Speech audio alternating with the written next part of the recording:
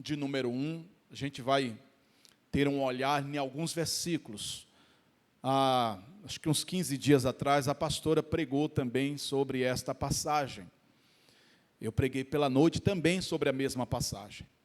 Eu acho que é justo a gente poder repartir um pouco daquilo que nós falamos na noite.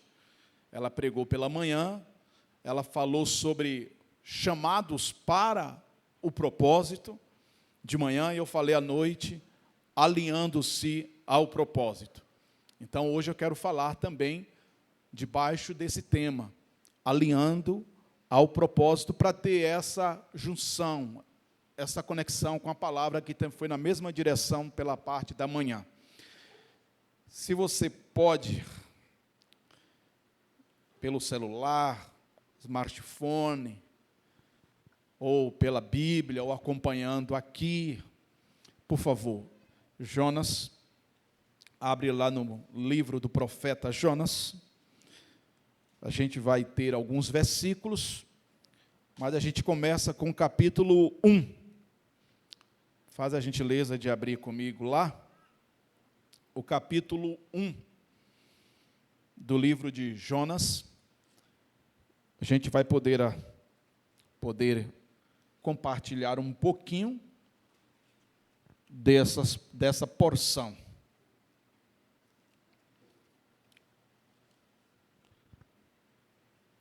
Capítulo 1, o versículo do 1 ao 3. A gente pode ter esse olhar aqui. Vamos lá? Amém? Diz assim a palavra de Deus. Capítulo 1.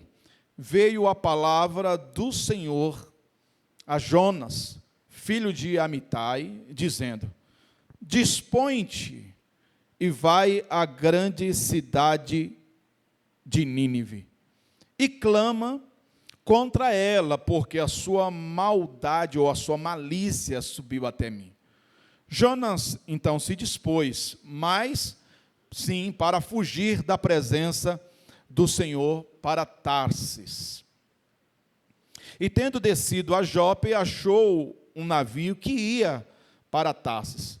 Pagou, pois, a sua passagem e embarcou nele para ir com eles para Tarsis, para longe da presença do Senhor. Quero orar com você, vamos orar, queridos. Pai, mais uma vez, nesta manhã, nós colocamos esse tempo de estarmos aqui juntos para sermos abençoados pela Tua palavra.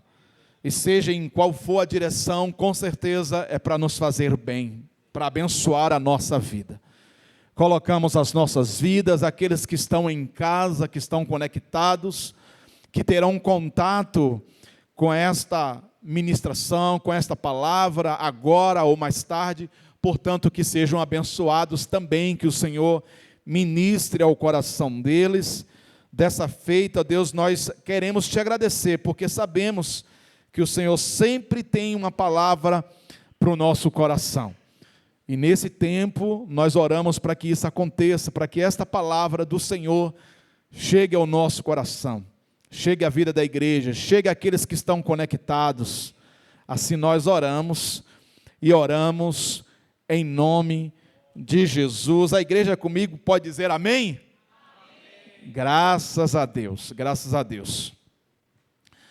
Posso dizer que todo ser humano, todos nós, enfrentamos os nossos dilemas, os nossos problemas, os nossos aperreios de alma, de sentimentos, né? Enfrentamos as nossas frustrações, momentos de desesperanças, enfrentamos oscilações no nosso emocional. Todos nós estamos envolvidos em algum momento da nossa história com situações ferrenhas. E a gente pode olhar para essa história de Jonas, esse resumo dessa história, que nas entrelinhas ele tem os seus problemas, os seus dilemas.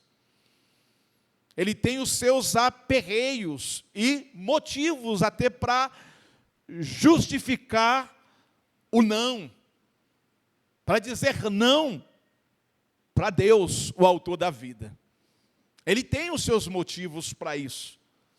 Como nós também temos diversos motivos para dizer em algumas situações não, também para Deus. Então, quando nós olhamos nas entrelinhas, vamos perceber momentos assim.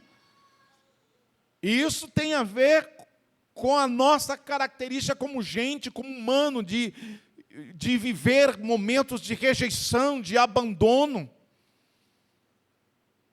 de viver momentos difíceis e que abalam o nosso emocional e que compromete a nossa vida e que afeta os nossos relacionamentos e que, em alguns momentos, vamos precisar de uma ajuda externa. Vamos precisar de um acompanhamento de um profissional da saúde. Quer que seja aí um psiquiatra, um psicólogo, um terapeuta, vamos precisar de um acompanhamento, porque a gente também é feito de alma, de sentimentos. Mas precisamos nos atentar para uma coisa,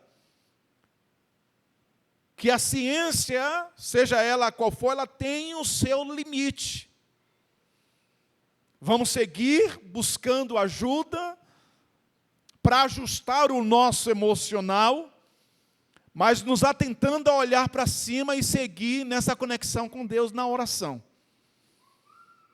De entender que aonde não chega a medicina, Ele é o autor da medicina, é a sabedoria plena que pode chegar no mais profundo da nossa alma para nos ajudar, para trazer ajuste no nosso emocional.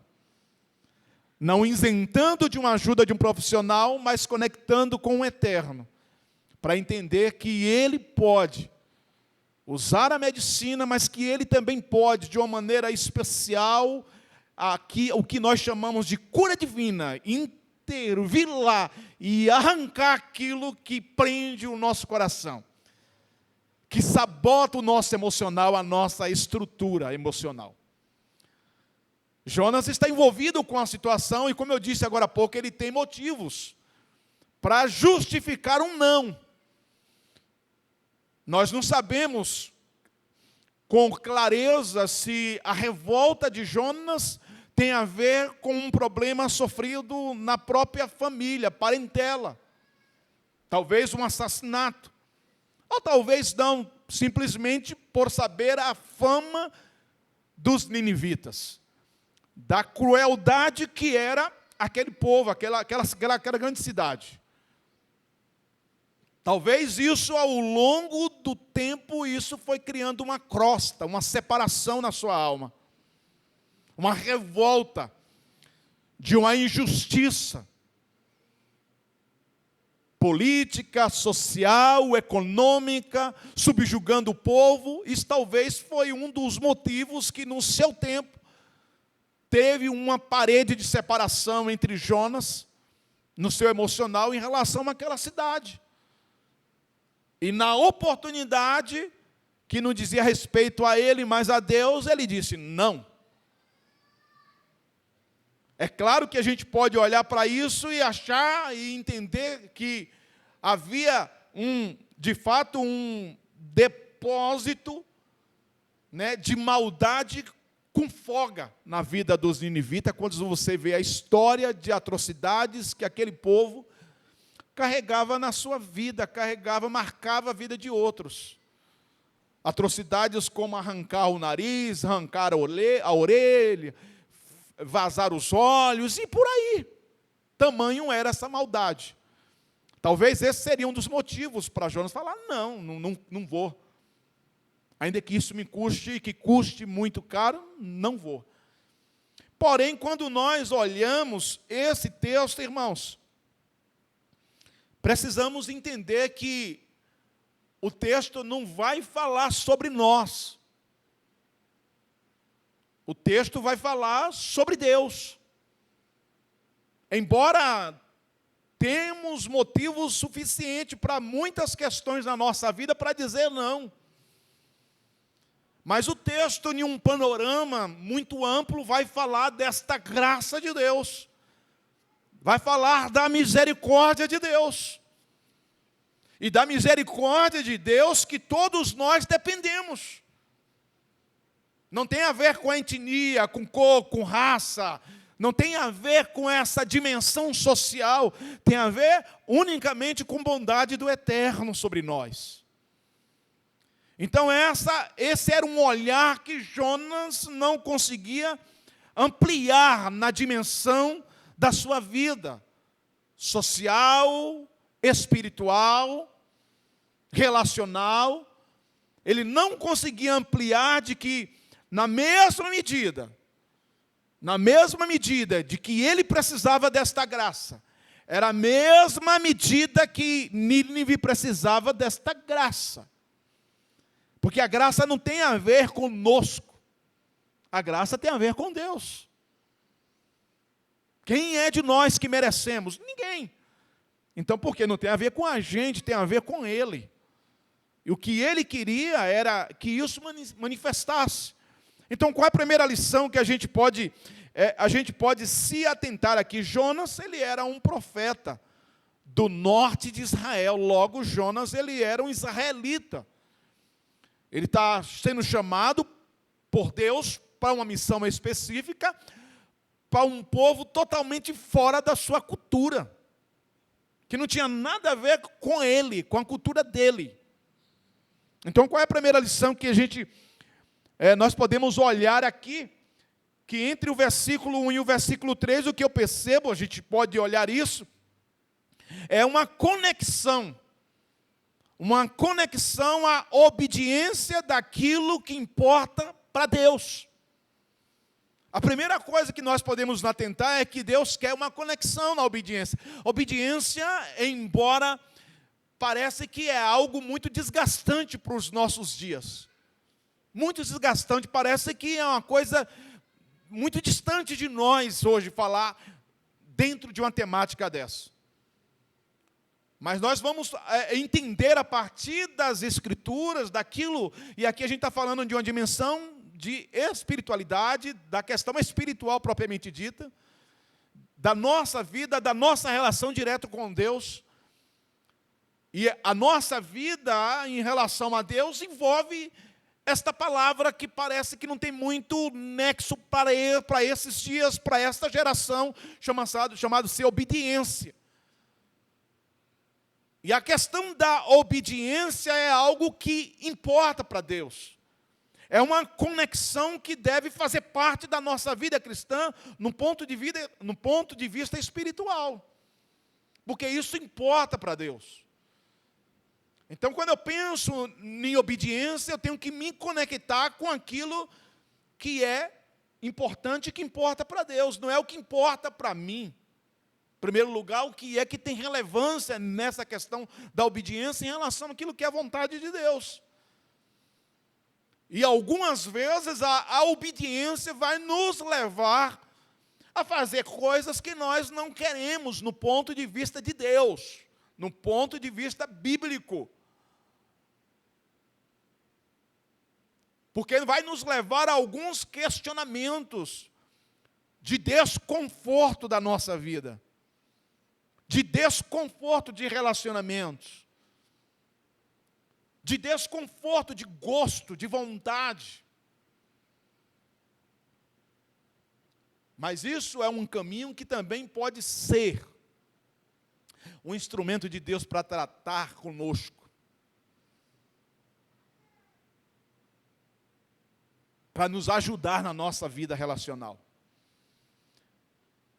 Então, o que Deus está fazendo aqui o que nós podemos olhar, é colocando o dedo na ferida para tratar da vida de Jonas, porque não tinha a ver com ele, mas o que ele carregava era uma revolta. E para Deus isso importava.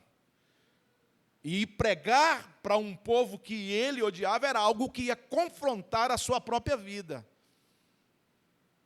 para que ele pudesse entender que a mesma graça que o sustentava era a mesma graça que podia alcançar aquele povo. Que assim como ele tinha limitações e Deus queria tratar com ele, aquele povo tinha limitações e Deus queria tratar com aquele povo. Segundo, uma oportunidade para aquele povo não se sentir injustiçado diante de Deus, para dizer: ninguém nunca veio, ninguém nunca pregou, ninguém nunca profetizou, ninguém nunca liberou uma palavra. O Senhor não é amor?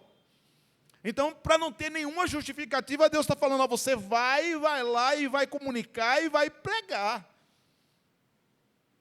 Essa era a missão dele. Agora, o mais, depois disso, não diz de respeito à sua pessoa.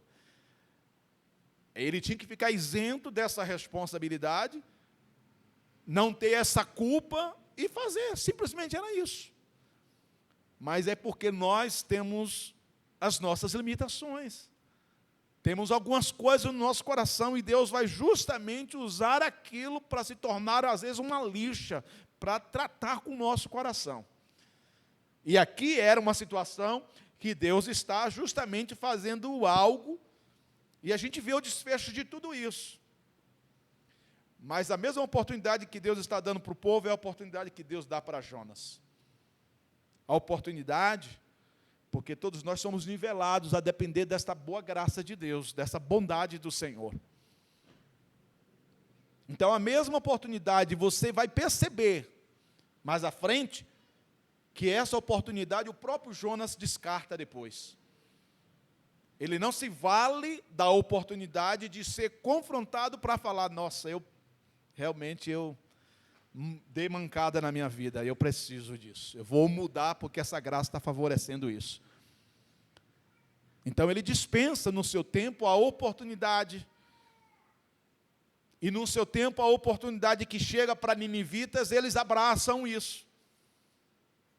E você vai perceber durante esse resumo da vida de Jonas que ele continua a mesma pessoa. Do início, e lá no final ele está a mesma pessoa. Ele não deu espaço para que esta graça pudesse transformar a sua vida. Mas então o que é que nós podemos entender? Primeiro isso, a conexão, a obediência do que é relevante para Deus. E o que é relevante para Deus? As nossas vidas. Não é coisas, é gente. Então as nossas vidas é o que tem mais de relevância para Deus. No geral, o que importa para Deus é gente, é pessoas. Essa graça que vai chegar, que vai nos dar oportunidade para que algo aconteça de mudança em nós, a partir de nós. Então, nós podemos entender, então, que a obediência nem sempre será isso, algo confortável, favorável a nós, né? Obediência não é cuidar em fazer o que importa para nós. A obediência é cuidar em fazer o que importa para Deus. Do ponto de vista bíblico, espiritual, obediência é cuidar no que importa para Deus. O que é que importa para Deus? O que importa para Deus é o que deve importar para nós. Né? Então a gente vai entender isso. Podemos observar isso compreendendo. Porque a obediência não pode ser algo que nos limita, né? Limitar a nossa vida em determinado lugar, não, eu vou, porque no caso de Jonas aqui é algo muito específico. Deus está pedindo algo específico. Mas na nossa vida isso não pode ser um limite, não, eu vou obedecer se eu for naquela missão, ou naquela cidade, ou naquela comunidade, ou naquele país. Não tem a ver com isso necessariamente. Isso aí é algo específico, mas em regra geral, a obediência não se limita à comunidade. A obediência não se limita a um povo. A obediência tem tudo a ver, né, com essa adaptação daquilo que é importante para Deus. Obediência não tem a ver com algo de barganhar com Deus, negociar com Deus. Obediência tem a ver com submissão àquilo que diz respeito àquilo que é importante para Deus. Então nós precisamos ter essa compreensão daquilo que o Senhor deseja. Lembra que o próprio Pedro, um dia, era madrugada. Jesus vinha, na cabeça deles era um fantasma. O Senhor disse, sou eu. Era madrugada sobre o mar, caminhando. E Pedro falou ali no barco, falou, se é o Senhor, me chama. Me convida que eu vou em tua direção. O Senhor disse, vem. Então entendo o que Deus está pedindo para Jonas é para ele ir em direção, e Nínive era a direção de Deus. Vai, a Nínive é a direção que Deus está dando. Eu não preciso me convidar, mas o Senhor está dizendo, não, eu estou te dando uma direção, faz isso. Toma tendência nisso que eu estou direcionando o seu coração, a sua vida. Então, o que nós observamos no texto é justamente isso, né? E Jesus vai dizer assim, o texto vai dizer, na verdade, porque o original não vai dizer isso. Ide fazer discípulos. No original é indo e fazendo. Indo e fazendo. Então, a missão de Deus para nós não tem a ver com um lugar específico. Em regra geral, tem a ver em fazer aonde estamos.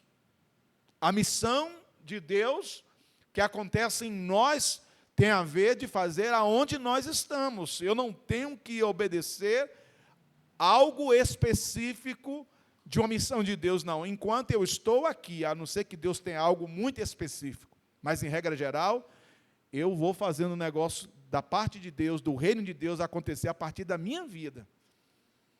A missão de Deus que acontece em nós e que passa por nós é em qualquer lugar que estivermos. Isso seja aqui no ambiente da nossa comunidade ou acadêmico, é indo e fazendo. Então, essa conexão da obediência a Deus é se sentir parte do propósito de Deus. É se sentir alinhado que aonde você está, você tem uma conexão de fazer o negócio acontecer, de fazer parte desta missão. Porque quando nós nos relacionamos e quando nós desenvolvemos um ministério de uma maneira com maturidade, né? E com esse envolvimento aonde nós estamos conectados com aquilo que é interessante e que interessa para Deus. Seja na nossa vida, lá no trabalho, na nossa conexão de relacionamento, a gente vai, de uma maneira muito suave, desenvolver a missão de Deus lá. Muito suave. Sem uma imposição. Mas antes de desenvolver a missão que a gente pensa na nossa conexão, que para Deus tem relevância, nesse caso, é o relacionamento. E o que Deus queria era curar, na verdade, a vida de Jonas. Porque a missão da evangelização era uma consequência. Porque antes disso, era ele que precisava ser curado. Ele precisava entender que Deus estava interessado na mudança no seu coração, na sua relação, na sua vida. A nossa mensagem, o nosso discurso não pode ser algo vazio de uma experiência, de uma mudança pessoal com Deus. Não é apenas eu ir e falar, mas eu viver esta missão na comunidade, nos meus relacionamentos. Eu trabalhar em mim e saber, olha, isso aqui não está legal comigo em relação àquilo ou àquela pessoa. Eu vou trabalhar isso em mim. Com a graça de Deus, eu preciso trabalhar isso em mim. Eu vou identificar e vou trabalhar isso. Segundo lugar, e aqui eu estou correndo por causa do tempo. Segundo lugar, no capítulo 2, no versículo 7, o texto vai dizer aqui no capítulo 2, pode colocar aqui para mim, que eu já vou acompanhando aqui para adiantar, né? Quando dentro de mim, ele está dizendo, desfalecia a minha alma, eu me lembrei do Senhor. No capítulo 2, no versículo 7, agora já é o momento de vivendo consequências terríveis. Ele já foi lançado ao mar, Na compreensão, ele já está dentro de um grande peixe. E lá ele está fazendo uma oração, porque ele se lembrou de Deus quando já desfalecia suas forças. Quando ele achou que de fato era o fim de tudo, o texto diz que ele se lembra de Deus. Ele se lembra. E ele faz uma oração. Né? Ele se lembra daquele santo lugar, ele se lembra dos momentos, ele faz uma oração. Com um propósito. Para que Deus tivesse compaixão. Alguém que não tinha compaixão, alguém que não tinha a graça para distribuir na vida do outro, agora está pedindo a Deus, tenha compaixão de mim. Então o que é que nós podemos olhar aqui? Não resistir à graça em favor do outro. Dentro disso, quando ele faz oração, quando ele se lembra de Deus, ele está tentando se olhar para dizer, ó Senhor, tenha misericórdia. Então, da mesma medida que nós precisamos desta graça, a gente não pode rotular esta graça para a vida de outros. Limitar essa graça, resistir isso. Mas, ao contrário, ser esse instrumento de Deus. Instrumento de Deus. Para que outro seja alcançado. Para que a gente resolva os nossos problemas, o nosso emocional em relação ao outro. Mas deixar fluir isso. Terceiro lugar, capítulo 3, entre o versículo 1 e o versículo de número 4. Capítulo 3, veio a palavra do Senhor segunda vez a Jonas, dizendo, dispõe-te, vai à grande cidade de Nínive e proclama contra ela a mensagem que eu te digo. Levanta-te. Então levantou-se, pois, Jonas e foi a cidade, né, de Nínive, segundo a palavra do Senhor. Ele levantou então, depois de passar todos os aperreios que passou, ele decide ir. Então o que é que nós precisamos entender? Em terceiro lugar, se alinhar com o ministério da reconciliação. Ministério da reconciliação, irmãos, né? E quando nós vamos para 2 Coríntios 5,18, é isso, é uma ação a saber que Deus está em Cristo reconciliando o que o mundo consigo mesmo. Esse ministério da reconciliação, a gente foi alcançado pelo Senhor. Esse ministério é um ministério de reconciliar pessoas, todos nós estamos imbuídos, envolvidos nesse ministério. De reconciliar pessoas, de levar pessoas a compreender esta graça para alcançá-los. Mas eu caminho aqui para o fim, no capítulo de número 4, versículo 10 e 11. Capítulo 4, 10 e 11. Tornou-se o Senhor, então, dizendo, né? Tens compaixão da planta que não te custou trabalho,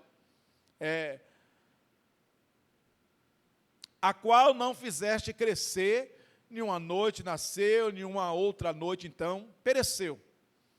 Então, não hei de ter, então, compaixão de uma grande cidade de Nínive, em que há mais de 120 mil pessoas. Então, essa é uma pergunta que Deus está fazendo para Jonas. E aí tem a plantinha boboeira. Depois que ele faz a missão da evangelização, da missão daquilo que Deus estava dizendo, 3 dias pregando ali, ele sai de cena da cidade e fica no alto, e aí diz que Deus fez crescer uma plantinha boboeira, para dar para ele sombra, e ele senta ali e fica, para ver o que vai acontecer com a cidade. E o que acontece com a cidade? O povo se arrepende. O povo consagra, o povo entra em jejum, o povo pede perdão, o povo se arrepende. A graça de Deus chega sobre a cidade. Era para Jonas estar vibrando pela decisão do outro. Era para o irmão mais velho estar vibrando pelo retorno do filho pródigo. Mas ao contrário, há uma revolta de Jonas. E ele diz, eu sabia que, nas entrelinhas da história, eu sabia que o Senhor ia fazer isso, por isso que eu não queria sair de lá. Eu não queria pregar para esse povo, porque eu sabia que o Senhor é misericordioso. E eu sabia que o Senhor podia fazer isso. Então a revolta, ele começa a mostrar o que estava no coração dele. E aí Deus prova as motivações que estão no coração dele, e é o que diz que Deus leva o povo do Egito para o deserto, para provar as motivações, o que passava no coração do povo. Com Jonas é a mesma coisa.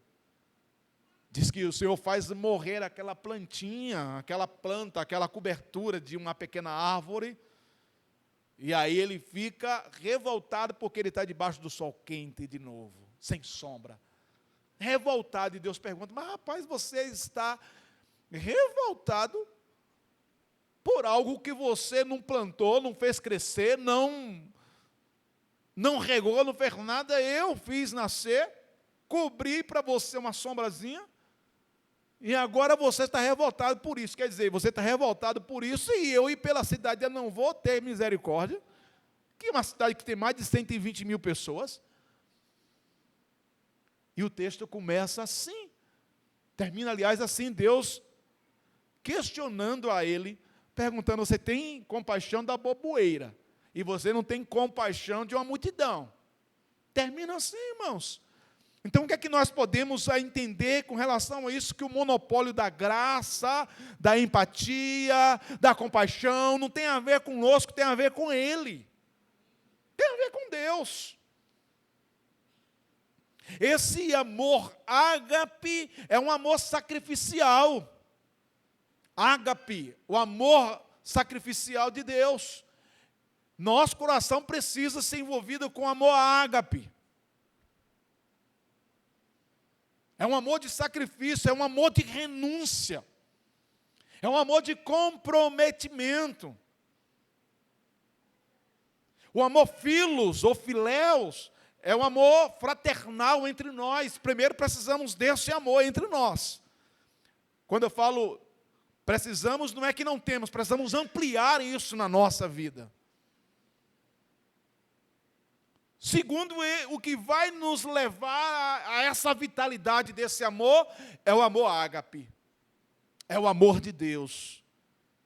É o amor de renúncia, é o amor de sacrifício, que vai nos levar a uma perspectiva ampla, de olhar para o outro, e entender que a mesma medida desta graça de compaixão que eu preciso, é o que o outro também precisa. De entender o sofrimento do outro é olhando para o meu próprio sofrimento.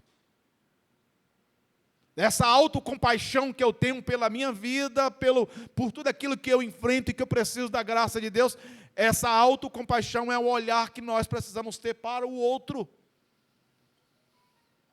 O que sustenta a minha vida é a graça, e a graça é o que sustenta a vida do outro. Então isso não diz respeito a mim, enquanto a mim, eu preciso me resolver com Deus.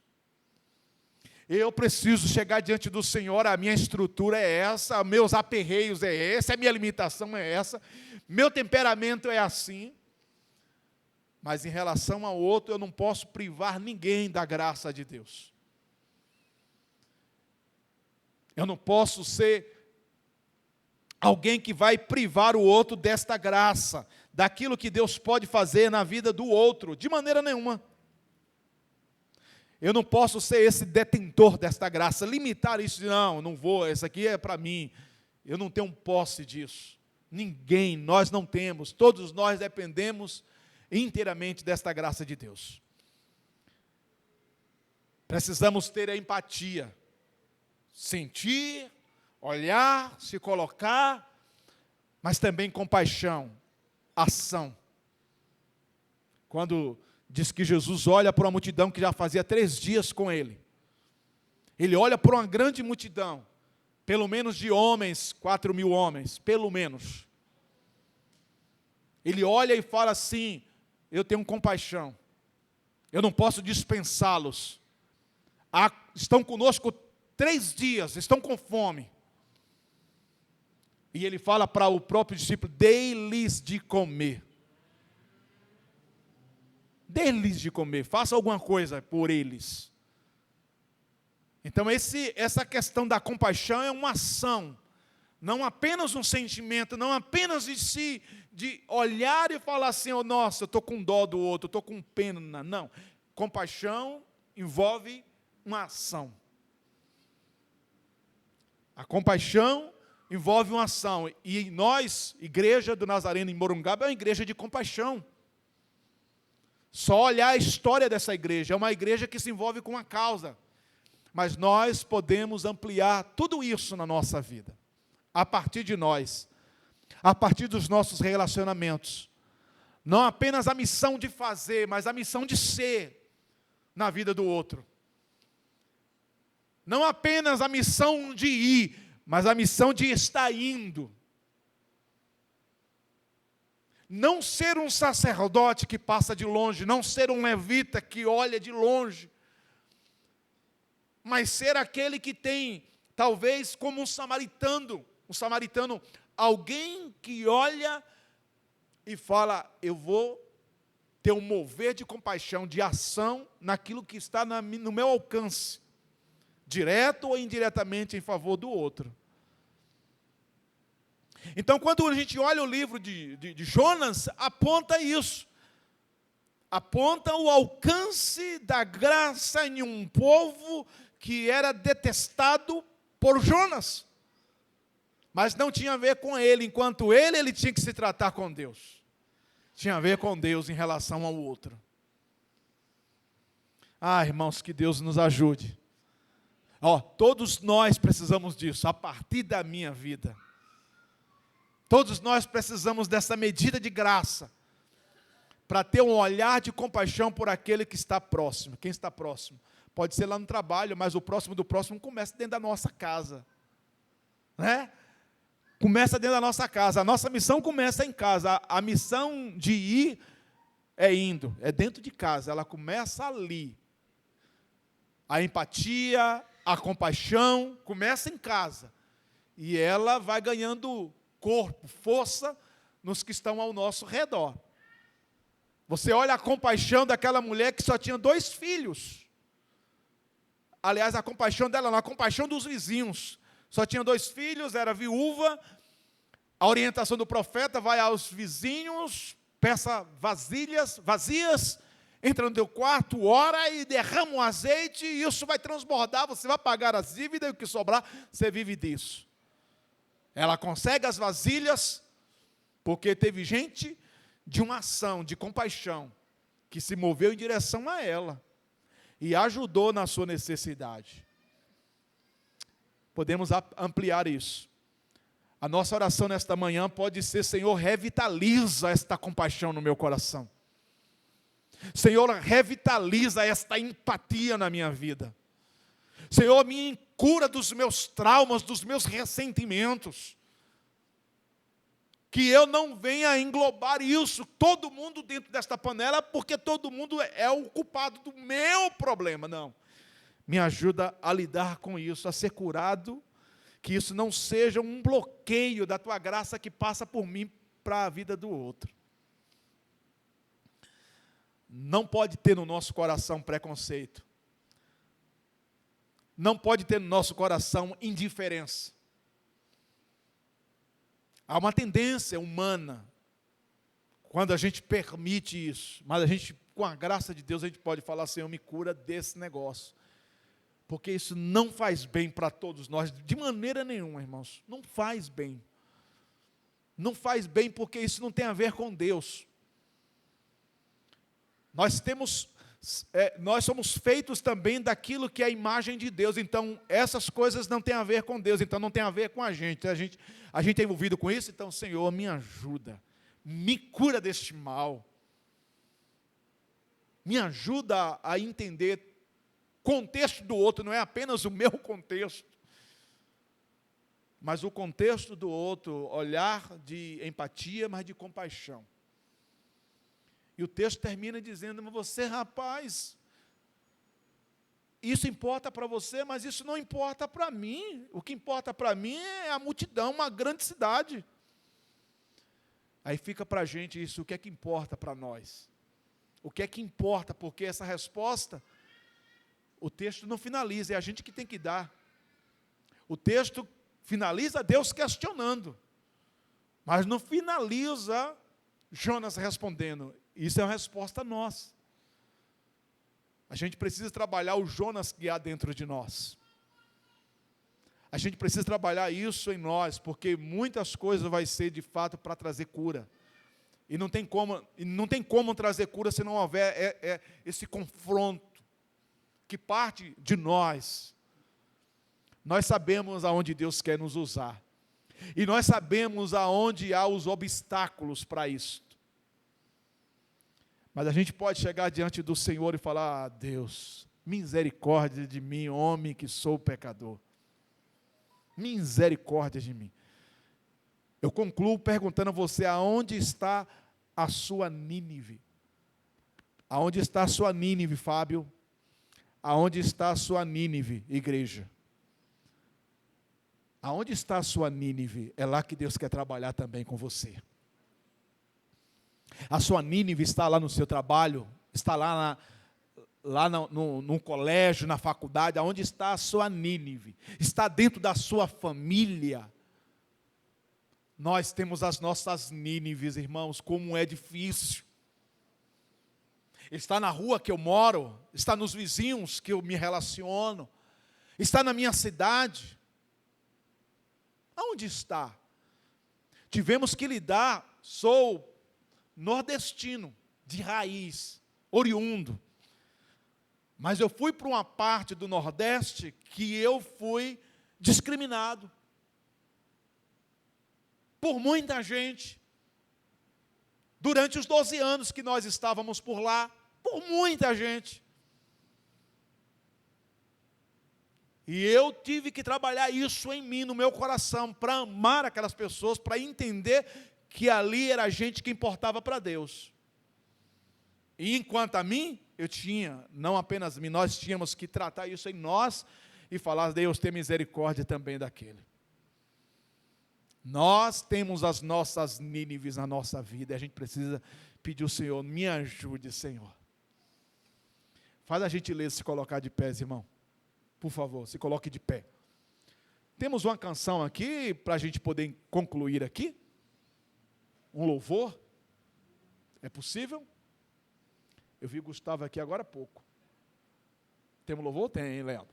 Então, por gentileza, venham aqui para a gente ter uma canção para encerrar aqui. Quando você vai para a primeira carta de Paulo, à igreja de Corinto, capítulo 13. Você observou lá, fica mais um minutinho comigo aqui. Você observou lá no capítulo 13? Começa no versículo 1. Que nós não podemos, eu estou falando o contrário, nós não podemos ser como um sino que tine, que vibra. Em algum momento nós tivemos uma cidade chamada Aporá. É uma cidade do sertão, do interior da Bahia, na região de Camaçari. Ali para dentro tem várias cidades pequenas do interior, de uma área de sertão, sertanejo, um povo ali. Teve um momento da nossa história que nós estivemos lá como missionários da Jocum. Uma cidade pacata, simples, de um povo que tem uma linguagem bem nordestina. Você sabia que naquela cidade lá, naquela época, quando se passava o momento do enterro, a igreja na cidade tocava o sino. Tem muitas cidades ainda bem no interiorzão que acontece isso, e a gente sabemos, muitos de nós sabemos o que eu estou aqui dizendo, você é testemunha disso. Toca o sino, só para alertar que está passando um cortejo, alguém está indo em direção, a família está indo, enlutada para enterrar o seu ente querido. Mas você sabia que aquele sino, para ele, o sino em si, tanto faz como tanto fez, o sino não tem sentimento. Para o sino, ele está sendo só um instrumento manipulado para dar algum sinal, mas ele não tem sentimento. A gente não pode ser isso que Paulo está dizendo em 1 Coríntios 13, não podemos ser como um sino, que apenas faz só o movimento, o barulho, mas que não tenha sentimento. O sino não tem sentimento pelo cortejo de quem está indo, mas nós humanos precisamos ter um sentimento de empatia e compaixão pelo outro. Não podemos ser como um sino que tina, só o barulho. É só uma ferramenta que se dá um sinal de alguém que está indo a ser enterrado. Mas que a gente seja esse instrumento de empatia e compaixão. É o que o nosso mundo está precisando muito, irmãos. Nós vivemos em um tempo tão difícil, que está tão escasso. Cada dia mais o egoísmo, o centralismo humano está tomando conta de si. Mas nós, com a compreensão daquilo que diz as Escrituras e de um resultado de uma experiência pessoal com o Criador, a gente tem que ter um olhar diferente em tudo isso. Levar diante de Deus, apresentar tudo isso e falar: não deixa meu coração contaminar com isso, Senhor, me ajuda.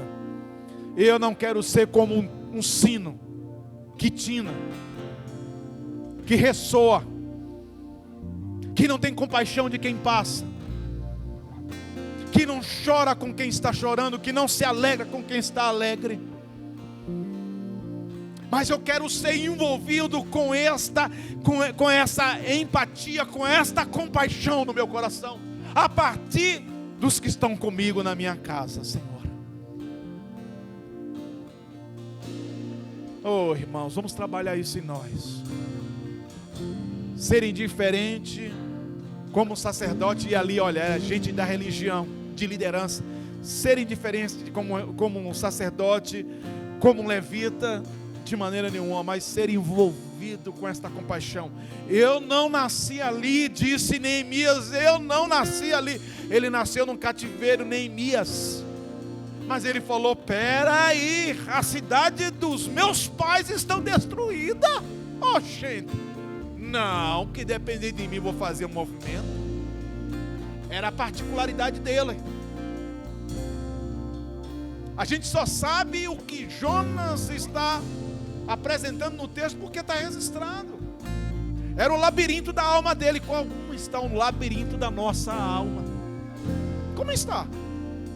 Eram os bastidores do que ninguém sabia, o que estava no coração de Jonas. Como é que estão os bastidores do nosso emocional, da nossa vida? A gente enfrenta tantas coisas que a gente vai colocando tijolinho, tijolinho, tijolinho. E esses tijolinhos se tornam um grande muro, uma grande parede que nos bloqueia de pessoas, que interfere na nossa relação com as pessoas, que interfere na nossa relação com Deus.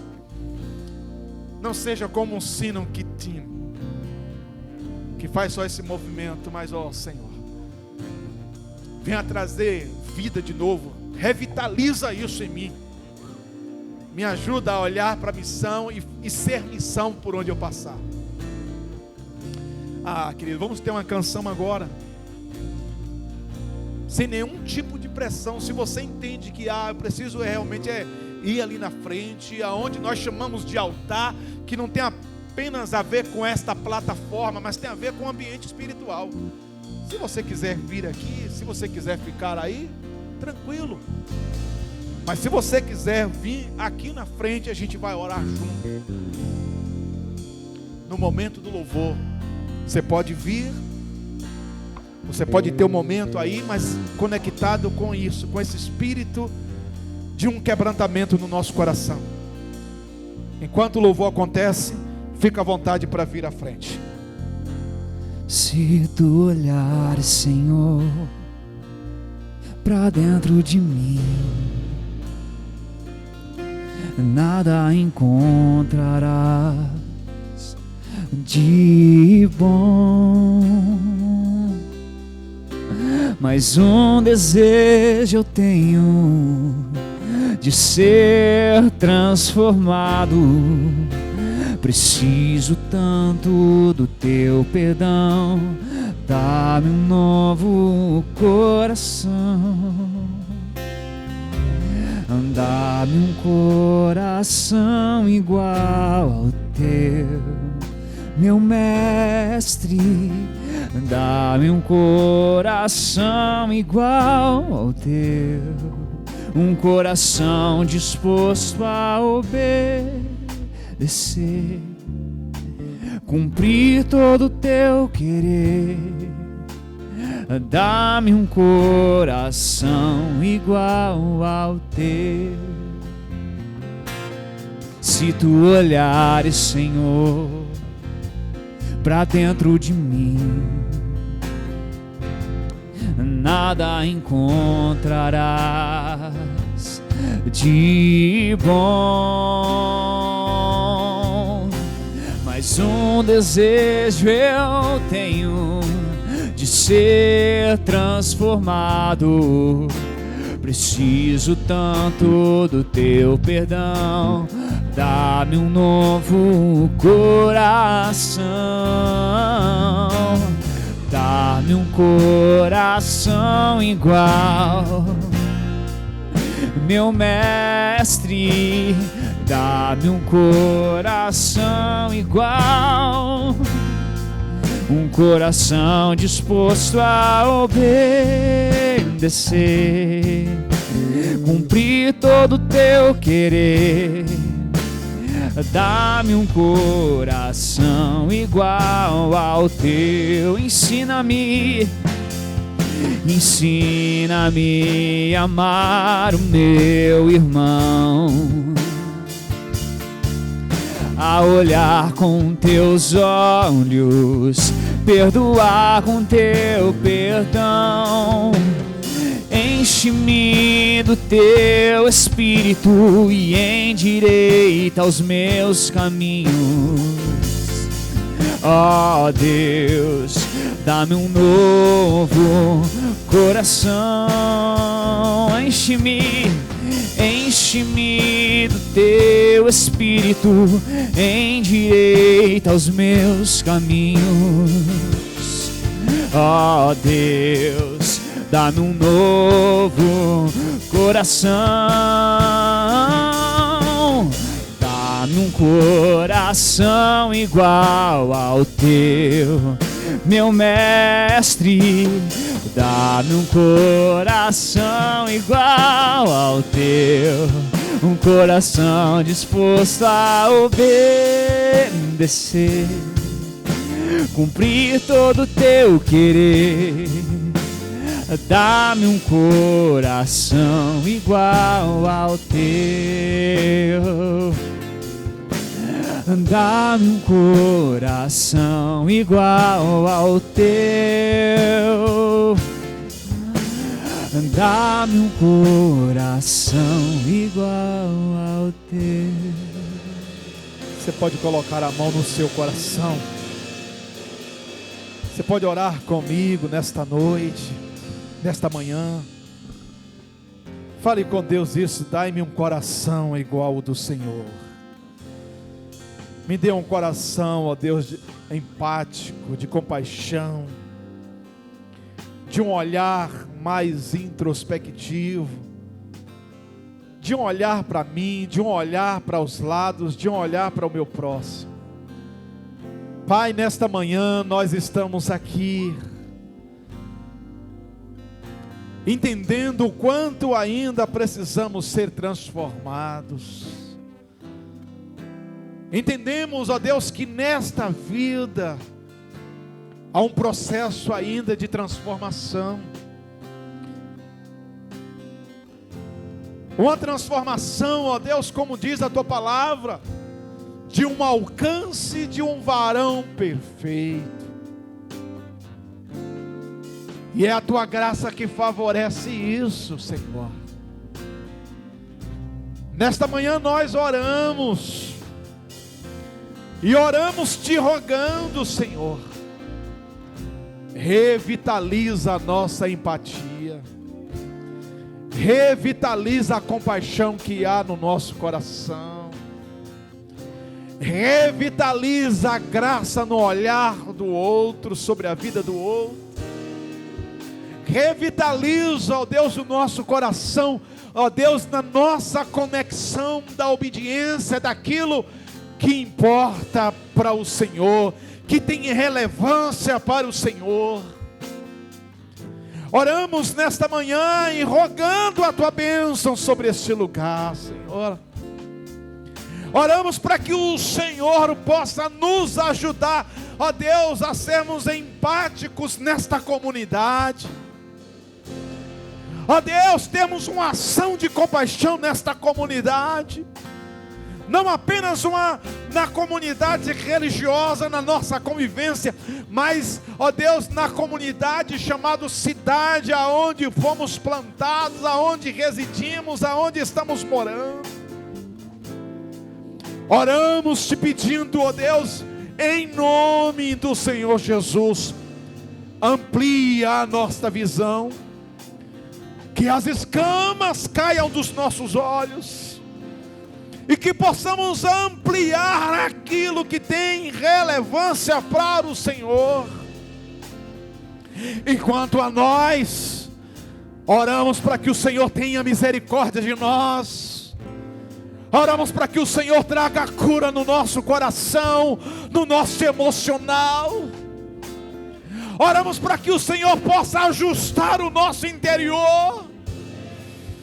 Oramos para que o Senhor tenha misericórdia, ó Deus, de tantas lacunas que ficam expostas na nossa alma, de labirintos que nos levam a lugar nenhum, apenas ao distanciamento do relacionamento contigo e com pessoas. Olha para nós nesta manhã, Senhor, porque é a mesma medida de graça. É a mesma medida de graça, Senhor, que nós precisamos. A medida de graça para o outro é a medida de graça que eu preciso para olhar para o Senhor, para dizer: lembro-me do Senhor agora na minha agonia. Foi isso que Jonas estava dizendo. Lembro-me do Senhor agora. E eu te peço, como disse Jonas, lembra-te de mim, porque eu estou desfalecendo. Talvez nesta manhã há alguns aqui, ou há uma boa parte que se sente, ó Deus, desfalecido nos seus relacionamentos. Desfalecido, distante, por tantas questões, Pai. Por questões que envolvem frustração, desapontamento, e que vai nos distanciando de tantas outras pessoas. Mas eu oro e rogo ao Senhor, enquanto a nós traz cura no nosso coração, enquanto a nós, que não sejamos detentores desta graça, a graça que não tem a ver conosco, a graça que vem do alto, que vem do Senhor, a graça que nos alcança, é a graça que nos abraça, é a graça que age com compaixão, que nos perdoa, é a graça que nos coloca de pé de novo, Senhor. Oh Deus, que este seja um olhar que transcende além daquilo que é a minha bolha, daquilo que é, ó Deus, o meu círculo de relacionamento, que eu possa ampliar isso, porque isso não tem a ver conosco, somos envolvidos com isso, mas tem a ver exclusivamente do Senhor, porque é o Senhor que sustenta. Enquanto merecíamos morte eterna, a tua graça nos alcançou e nos deu salvação gratuita por meio da graça do Senhor, Pai. Nos ajuda a ser uma igreja mais acolhedora, nos ajuda a ser uma igreja mais empática, tenha empatia, uma igreja que tem uma ação de compaixão ampliada. Nos ajuda, Senhor, como igreja, porque isso tem relevância para o Senhor. Oramos nesta manhã, Senhor, por esse tempo, E te rogamos a tua bênção sobre todas as famílias representadas aqui nesta manhã. Todas as famílias representadas agora que estão conectadas conosco. Que a mão do Senhor seja sobre todos. E assim nós te louvamos, Pai. E assim nós te enaltecemos. Fazemos isso em nome do Senhor Jesus. Graças a Deus. Graças a Deus. Você que está sentado, se coloque de pés. Deus continue abençoando a sua vida, abençoando o ministério de louvor. Que Deus nos abençoe neste dia com a nossa casa, com a nossa família. Você pode estender a mão assim, por gentileza? Que a graça do Senhor Jesus Cristo, que o extraordinário amor de Deus, e que as benditas consolações do Espírito do Senhor, seja sobre vós, seja sobre a vossa casa, seja sobre a vossa família, seja sobre a igreja do Senhor espalhado sobre o globo terrestre. Hoje, amanhã e sempre. Você pode aplaudir o nome do Senhor Jesus. Dê um abraço no seu irmão. Vá na paz do Senhor. Deus te abençoe, querido. Vá na paz do Senhor. Deus te abençoe.